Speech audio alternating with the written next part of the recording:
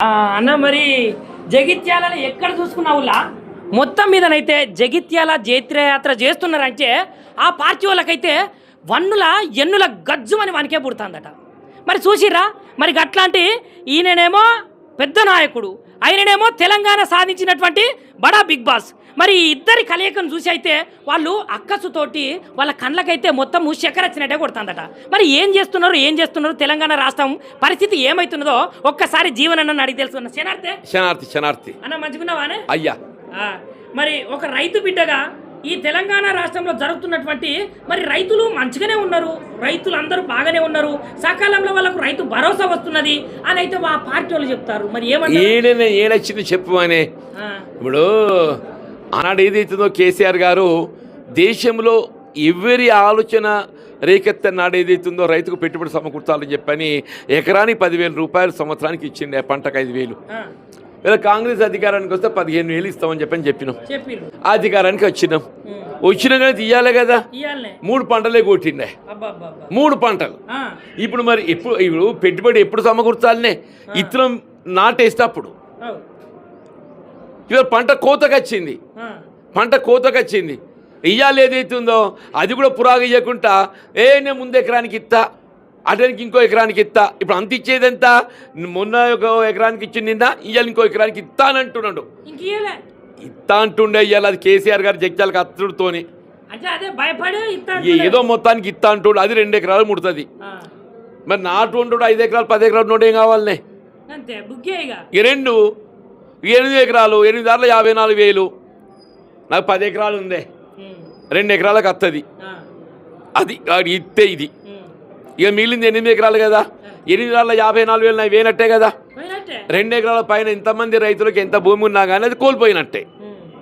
ఇలా పంటల బీమా పథకం లేదే, వాళ్ళ అకాల వర్షాలు ఎప్పుడేమైతే తెలియదు, ఈదురుగాళ్ళు, వడగల వాన, పంటలు నష్టపోతే ₹1 నష్టపరిహారం లేదే. ఆ పంటల బీమా పథకం అమలు చేసినా కానీ ఇంతో అంత బీమాలు కంపెనీలు సాయం చేస్తుండే. ఆ దిక్కులే 3 ఏళ్ళే. లేదా ఆడబిడ్డలు పెళ్లి చేద్దామని చెప్పంటేనేమో ఈడనేమో ఇది సక్కగా లేదా. అన్నాడు ₹1,00,000 పాపం పెద్ద ఆయన కేసీఆర్ ఇస్తే ఈ కాంగ్రెస్ పార్టీ ఆనాడు ఏదైతే నేను కూడా అందులో రూపకర్తను, అబద్ధం ఆడద్దు. ₹1,00,000 అయిందా మేము అధికారానికి కదా ఇంకా తులం కలుపుతా అని చెప్పాను నేను. రేవంత్ రెడ్డి వచ్చిండు, ఈ తులం ఆన్ జేబులు వేసుకుంటుండు. ఈ తులం ఏదైతుందో ఆడబిడ్డలకి ఇస్తాన్న తులం ఏదైతుందో ఆన్ జేబులు వేసుకుంటుండు. ఆడబిడ్డలకు అన్యాయం అవుతుంది. వీళ్ళ ప్రసూతి ఆడబిడ్డ కన్న తల్లి. ఇప్పుడు ఎవరమైనా పెళ్ళయిందంటే తల్లి కావాలని కోరుకుంటుంది ఏ చెల్లైనా. మరి వాళ్ళు పాపం ఆయన కేసీఆర్ ఇంత సహాయపడాలని కేసీఆర్ కిట్ నోట్ ఇచ్చిన 13-14 వేల రూపాయలు. ఇటు కావాలి నీకు 4,000 కలిపి 20,000 ఇవ్వను ఉన్నది మా ఆయన చెప్తాడు ఎవడన్నా. నీ అమ్మ ఇది బడే బాగుతాం మంచిగుందా నువ్వు. చదువుకున్న పొలాల గత ఏందే, నిరుద్యోగుల గత ఏంది? ఆయన నౌకరు దిక్కు లేదు, స్వయం ఉపాధి లేదు, నౌకరు గాడికి అంతే.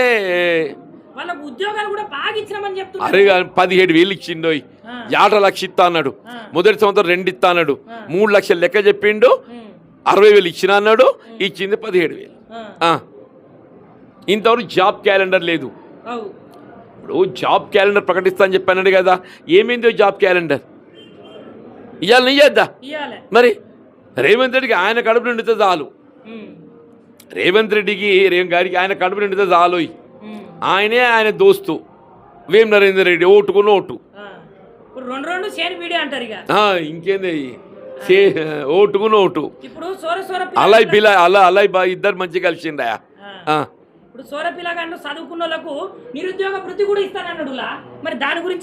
అది లేదు, చదివే దిక్కు లేదని నిరుద్యోగ వృత్తి అనబడుతుంది. ఆ చదివే దిక్కు లేదు చదువుకున్న పొలాలకు ముందైతే చదువు చెప్పని. అలాగే అదే ఫీజు రియంబర్స్మెంట్ అంటారే, గరీబుల పొలాలు ఉంటారు కదా, ఎగ్గొడుతుండు. ప్రయత్నం కాదు, ఎగ్గొడుతున్నాడు. ఇచ్చే ప్రయత్నం చేస్తలేడు, ఎగ్గొడుతున్నాడు. అంటే జీవనన్న మనము ఎంతో మంది ముఖ్యమంత్రులను చూసినాం కానీ జనాలు అయితే ఈ సార్ను బాగా అభిమానిస్తున్నారంట. ఏ రూపకంగానంటే తిట్ల రూపకంగా. మరి నిజమేనా? నేనే తిట్టుంటాను చూడలేదా? నేను 5-6 ముఖ్యమంత్రులను చూసి నేను ఆ, ఇటువంటి అంతా చూడలేదు. ఉమ్, అందుకే ఏదైతుందో ఎవరైనా మార్పు రావాలి అని కోరుకుంటారు కావాలని, కానీ 2 ఏళ్ళకే మార్పు కావాలి ఇడు పోవాలని అయితే నేను చూడలేదు అంటున్నా. అదే జనాలు ఏమంటారంటే మామూలుగానైతే రేవంత్ పోవాలి, కేసీఆర్ రావాలి అనే నినాదాలు వినబడుతున్నాయి. ఎక్కడ ఎక్కడ గల్లీ గల్లీలో చూసి ఇది జనం నానుడే, జనం నొల్లలకి వచ్చింది. దాన్ని ఎవడు ఆపలేడు. దేవుడు మాట్లాడిస్తున్నాడు. తప్పకుండా రేవంత్ రెడ్డి గారు పోవాల్సిందే, కేసీఆర్ గారు రావాల్సిందే.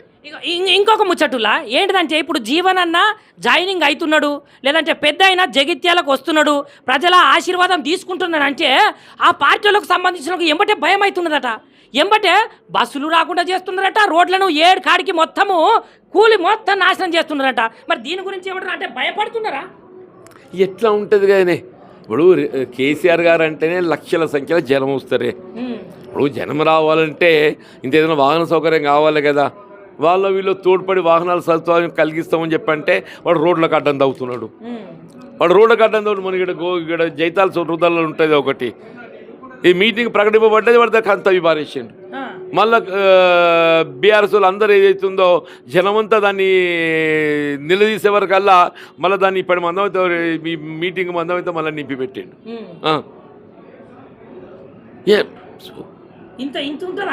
నువ్వు ఇంకా ఎన్ని చూస్తామో పాటు ఈ 2 ఏళ్ళు. సభ గురించి మాట్లాడితే ఇన్ని రోజులేమో పెద్ద అయినా రాలేదు, పెద్ద అయినా బయటకు అత్తలేడు అని అన్నారు. పెద్ద అయినా బయటకు వస్తుంటే గింత కండ్లమంటనా మరి వాళ్ళకు? పెద్ద అయినా సమయానుగుణంగా సందర్భానుగుణంగా వస్తాడే. ఎప్పుడు సందర్భానుగుణంగా ఆయన స్పందించింది లేదు. ప్రతిసారి స్పందిస్తాడు. వీళ్ళ కేటీఆర్ గారు ఉన్నారు, ఆయన కార్యనిర్వాహక అధ్యక్షుడు.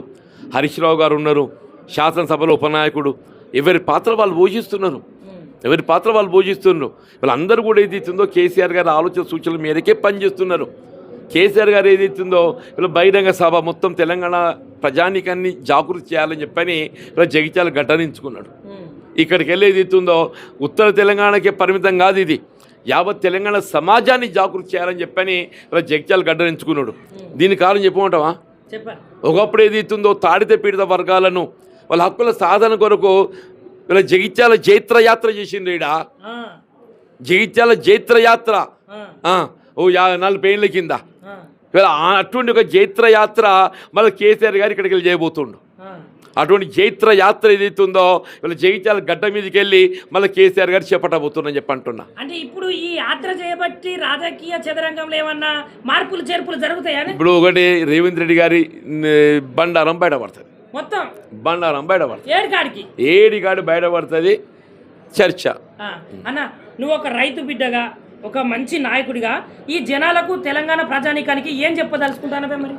ఇప్పుడు నేను వాస్తవంగా ఆనాడు కేసీఆర్ గారి ప్రభుత్వం 10 దశాబ్ద కాలం ఇలా రాష్ట్ర నిర్మాణానికి తోడ్పడ్డరు. అయినప్పుడు ఇంకా మెరుగైన పాలన కావాలి అని ఇంకేదో భావించింది. కానీ వాళ్ళు ఏమైపోయింది, ఈ 2 సంవత్సరాల కాలంలో మేము ఆశించిన ఫలాలు కల్పించలేకపోవడం కాకుండా గత ప్రభుత్వం కేసీఆర్ గారు కల్పించినటువంటి యొక్క సంక్షేమ కార్యక్రమాల అమలు కూడా వీళ్ళు కనీసం బిల్లులు దిక్కులేవే అంటే ఎవడన్నా చిన్న కాంట్రాక్టర్ ఎవడన్నా బడి మరమ్మతో అది చేస్తారు కదా, బిల్లులు దిక్కులేవని చెప్పి అంటున్నా. అది 2 ఏళ్ళు ఒకటేనే కేసీఆర్ గారి నాయకత్వంలో ఇలా ప్రజాక్షేత్రం లోపల ప్రజల పక్షాన్ని నిలబడి పోరాటం చేయడమే ఏకైక మార్గం. రేవంత్ రెడ్డి గారు దించడము, కేసీఆర్ గారిని ఏదైతుందో ఎక్కించడం. ఓకేనే మరి థ్యాంక్ యూ శనార్. చూసిరు కదా, ఇక తప్పకుండానైతే రేవంత్ రెడ్డి పోవాలి, కేసీఆర్ గారు రావాలి. ఇక్కడనే కాదు తెలంగాణ రాష్ట్రంలో ఎక్కడ చూసినా కూడా గివే ముచ్చట్లు వినబడుతున్నాయి. మరి ఏదో జీవన్ రెడ్డి సార్ అంటే కాదు, లేకపోతే వేరే సార్ అంటే కాదు, ఇక్కడ ఉన్నటువంటి జనాలే కోరుకుంటారట. మరి అట్లున్నది మరి మన సార్ యొక్క పరిపాలన పరిస్థితి. మరి మీరేమనుకుంటారో ఒక్కసారి అయితే మాకు చెప్పుర్రి. అట్లనే ఇక జగిత్యాల జైత్రయాత్రలో భాగంగా నిజంగానైతే జీవన్ అన్నకైతే ప్రజలందరి ఆశీర్వాదం ఉండాలని మనం సుతం కోరుకుందాముల్లా మరి.